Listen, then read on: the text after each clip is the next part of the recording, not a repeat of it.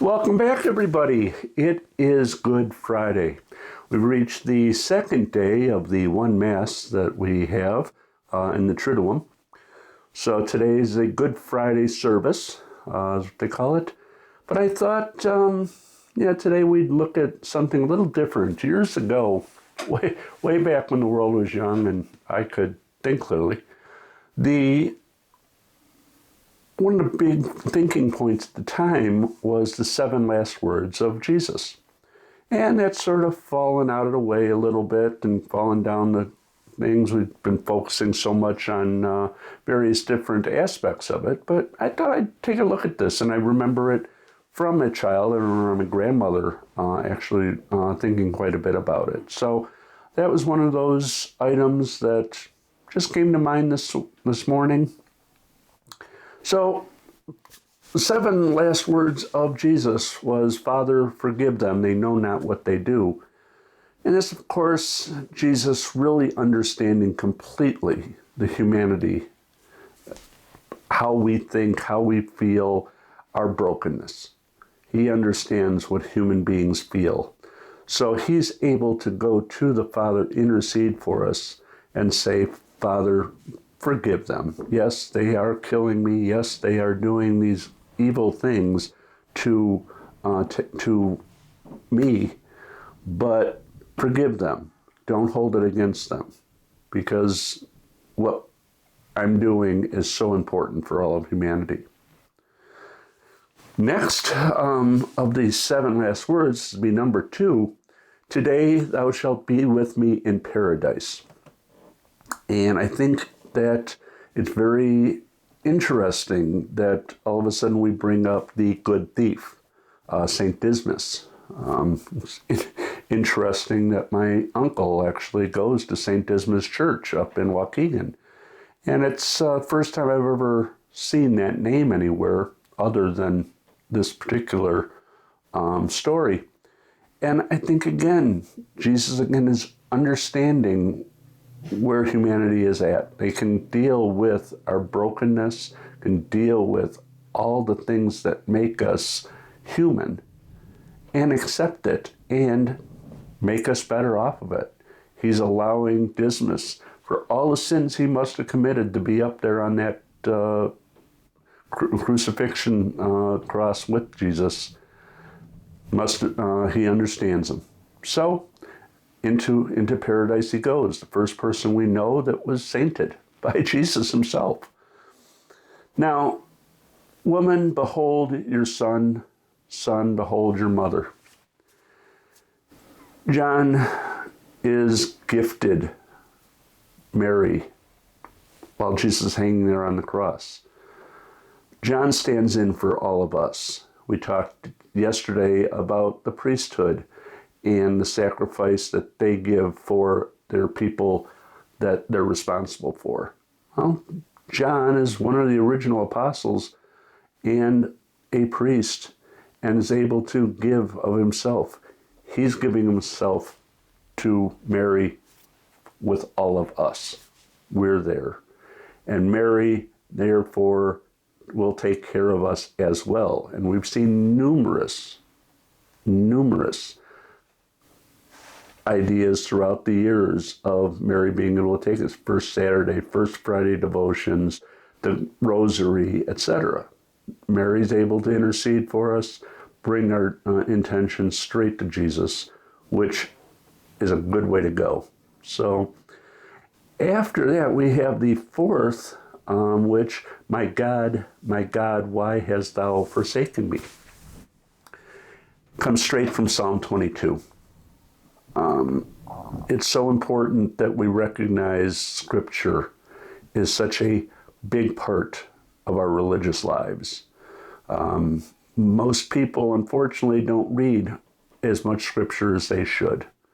We should read it from Genesis all the way to Revelation, not in any particular order per se, but if we go along with the church each day and read the daily readings with them, pretty much cover about 95% of the Bible. So just that way, a few other ones that we can get and read through the rest of the Psalms and few other parts of Leviticus, etc. Very important that we understand that, because once we understand the Bible, we can start making parallel calls between some of the stories in the Old Testament and Jesus himself and how he fulfills all those beautiful ideas and concepts. So after this, we start getting much closer to his actual death. And we start looking at the words, I thirst. Now, St. Teresa of Calcutta uses thirst as a very strong message to her sisters.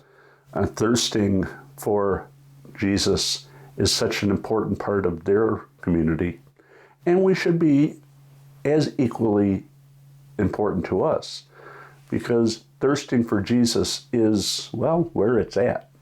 We want to be with Jesus. We thirst, we desire, every ounce of us desire to be with God and Jesus. We start getting into the point where Jesus has completed everything he needs to have done to fulfill all the prescriptions that were done in the Old Testament.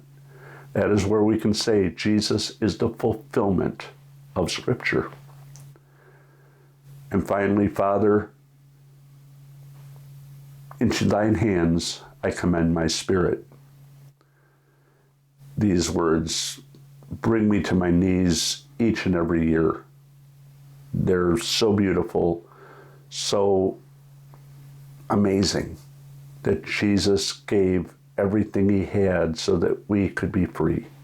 He gave us life after death. It's a beautiful thing.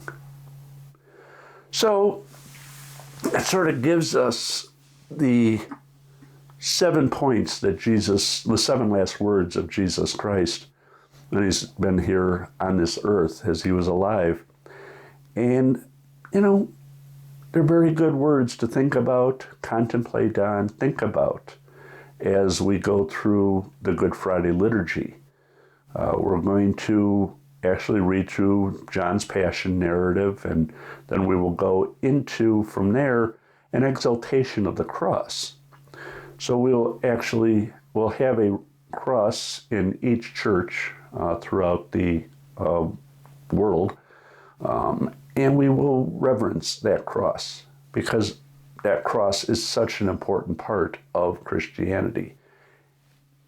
Fortunately, you can't have Easter without Good Friday. So Good Friday is such an important part of how the Catholic looks at life. Suffering, problems, illness, sickness. It's part of life. We bear those illnesses, we build those problems, we take care of ourselves, and we build up to that perfection, which we talked about so many weeks ago. And lastly, after we get done with paying attention to the cross, we will then go through a communion service, and then we exit the church. Notice there was no beginning to this service. There is no ending to it. It continues out until tomorrow night. One Mass starting on Thursday night, going all the way through till Sunday. So, that is our day for Friday. Let us contemplate the cross. Let us contemplate those 7 words of Christ. Let us go forward in our lives and await the resurrection. That's the big day. Now, tomorrow is Saturday. There's no masses, nothing, but we'll have something to reflect on. May have a few little friends with. We'll see how that goes. But we'll see you tomorrow. God bless. Bye-bye.